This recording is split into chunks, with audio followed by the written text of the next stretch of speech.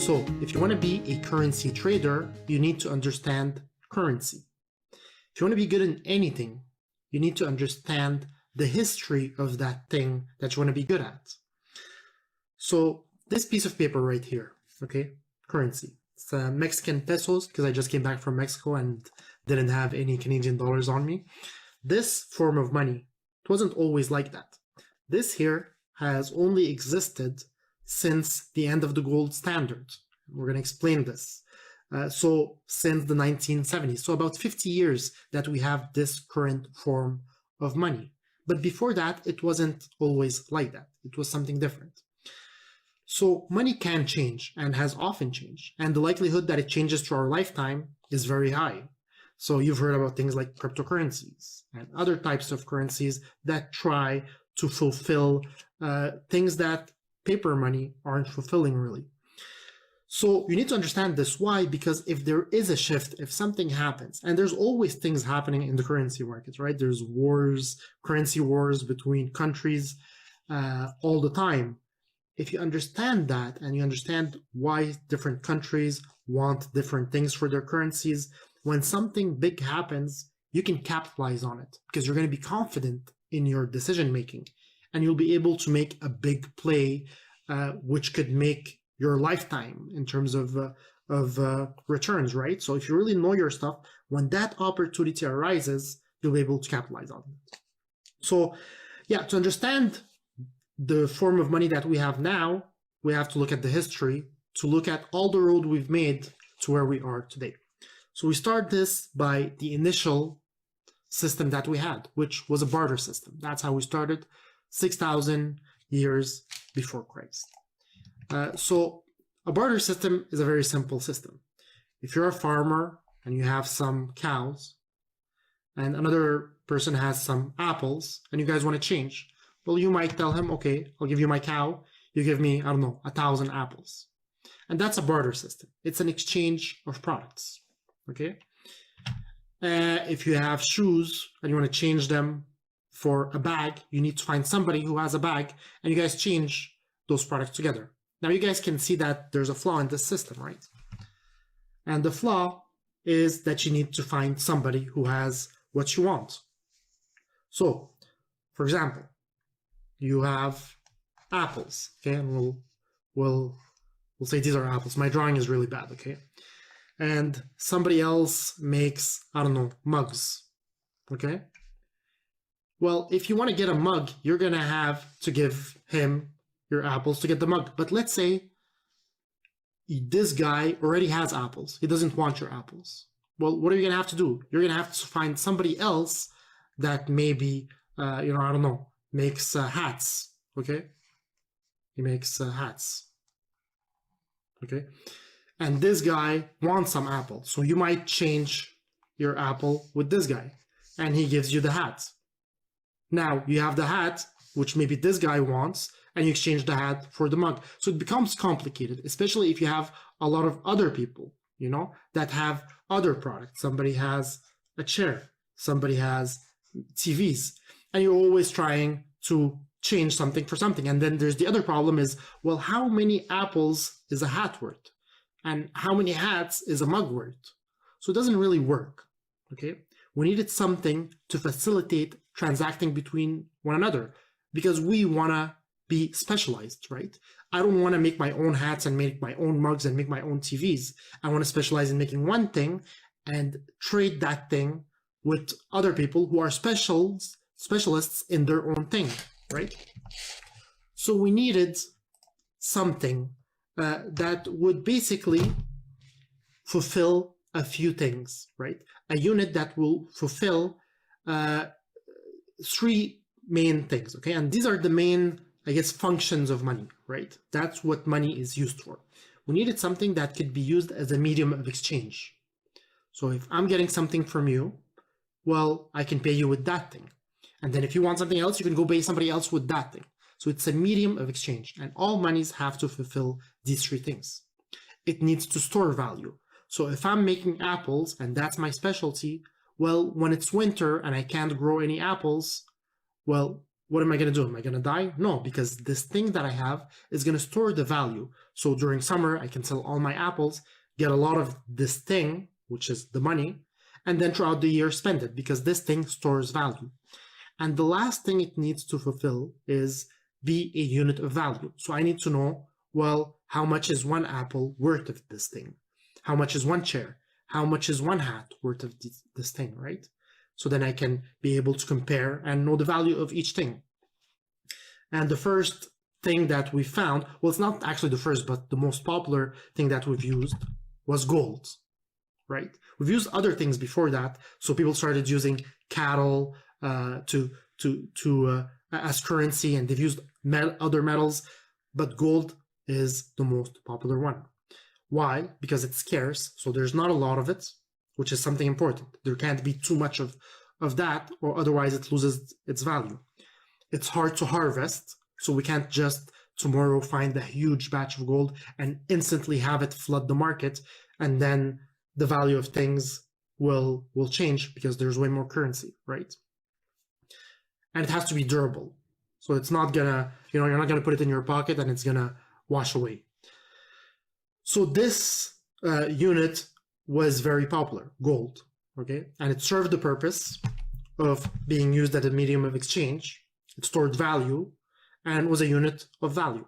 And this is what we've used for the longest period of time. So we started using this as of 700 BC.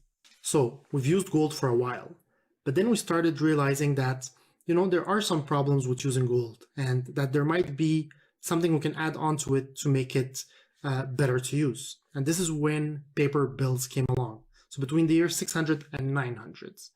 Now, it's not this form of paper bills, it's another form of paper bills. So let's talk first about, well, what are the downfalls or the problems of gold? Well, first of all, it can be debased. What does that mean? Well, somebody can take a brick of gold, a coin, melt it, add some things to it, and make 2 more coins, or make a coin and a half from it. So basically, it can be debased. Can fluctuate, so the supply can fluctuate. So I have an example here, the California gold rush. This hasn't happened often. The California gold rush is one of the only times, or maybe another time too, where we found a huge supply of gold. And what happens when the supply just increases like that? Well, the gold you have in your pocket suddenly isn't worth as much, right? It's hard to transport. So if you need to pay somebody a huge amount of sum, or you're going to be carrying a lot of gold, which could be dangerous in those times, right? I guess you can imagine. It's dangerous now. Issues with having multiple denominations. So you have a brick of gold, you have a coin. You can only have, so many denominations. Right now with paper bills, you have, $10, a $20, $100, a $5. You have coins, $1, a cent. So multiple denominations. That was an issue with gold.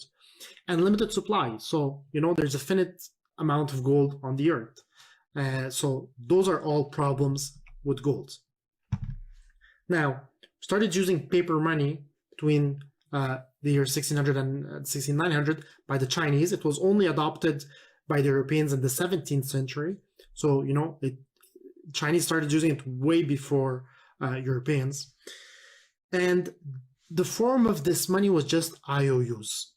Okay, so it's an IOU. It's a piece of paper that says I owe you this amount of gold. So the way it worked was basically you had these shops that opened, and they were basically just banks. And you would go there, and in this bank, you could give this banker your piece of gold. So you go there and you tell them, hey, keep my coin, and the banker gives you an IOU. So this IOU is basically just a piece of paper, okay, that says I owe you, this gold coin. Now you here, you have this IOU because you don't want to keep this gold coin on you. You can go in the city, right? And you can use this IOU to purchase stuff. Why? Because everybody knows this bank and everybody knows that this IOU is worth this coin. So if you go here and you buy something with this coin, with this IOU, well, the person that gets it from you can go back to the bank and redeem the gold coin for the IOU. Now, what happened is this made it very easy for people to, buy things. So people started using the IOUs and kind of forgot about the coin. So maybe this guy uses the IOU to buy something, and the person who got this IOU doesn't even go back to redeem it. He uses it to buy something else. So these IOUs were redeemed at your local bank, right? But there were lots of different banks. So it's not all the same bank. So, every single bank had its different IOUs. They looked different. Okay, so for example, I live here in Montreal. If I would have went and deposited my gold coin at this bank and I took the IOU, if then tomorrow I go, let's say this is Montreal, MTL, if I go to Toronto, okay, let me put it in the same color here. Okay, if I go to Toronto and I go there and I try to buy something with my paper bill here, well, the store is going to be like, what is this IOU here? My bank can't redeem this. I can't use this. The only way I can use this IOU is if I go all the way to Montreal to your bank and exchange it there. So I'm not going to value this IOU at its fair value. I might, say I'm only going to value it at 75% of its value because I need to go all the way to Montreal to pick up my coin. So you had multiple banks everywhere, right? And each bank had its own IOU. Within the same city, you had multiple banks. So yes, it was a step up from just using the coin, but it was also not very efficient. Now, a problem that started happening is that these banks were not really, great. It's just anybody could open their bank if they had the capital, so a bank could go belly up anytime and then your IOUs are worthless, right? So what these banks started doing is, let's say this bank here had 4 coins, okay? And it issued 4 IOUs for them. Now, the bank knows for a fact that, well, not for a fact, but it kind of guesses that not all 4 people are going to come and redeem the 4 coins at the same time. So what they started doing is saying, well, you know what? I can lend out 2 of these coins and make interest on them, loan them to people and make interest on them. And I'll keep 2 of these coins here in reserve. So if 2 out of the 4 people come back, I'll have their coins, but I'm going to lend away these. And this is what we call fractional reserve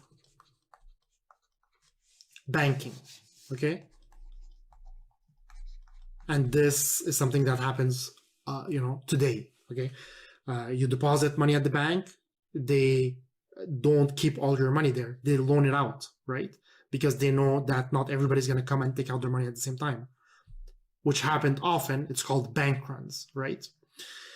So these banks did that. And what happened is sometimes there were bank runs. So if the 4 people here came and they were like, hey, we want our coins, well, guess what? These 2 coins were not there anymore, okay? Because they loaned them to people, okay?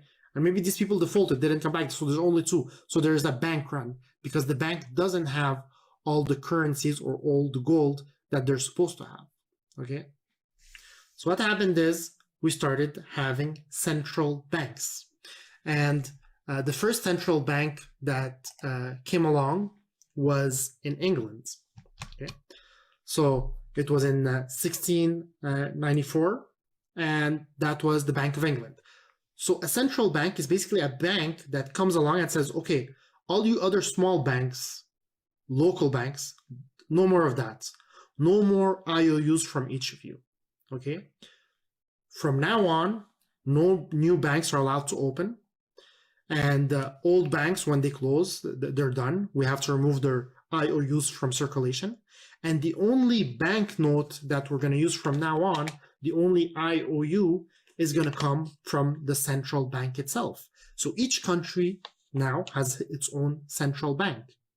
And they're responsible for the currency, for the IOUs, for that country. And they print it and do all of that stuff. And this puts the country in control of the money supply, so how much currency there is, and regulations about fractional reserve banking. So banks cannot just, get 1,000 coins and lend out 99 coins of them, because that's too risky. You're going to have a bank run, and there's going to be all of these issues. So they have to be responsible for all of these things, overseeing the banks and making sure that the currency is stable and the money supply is sufficient, and that if you want to redeem this, you can redeem it.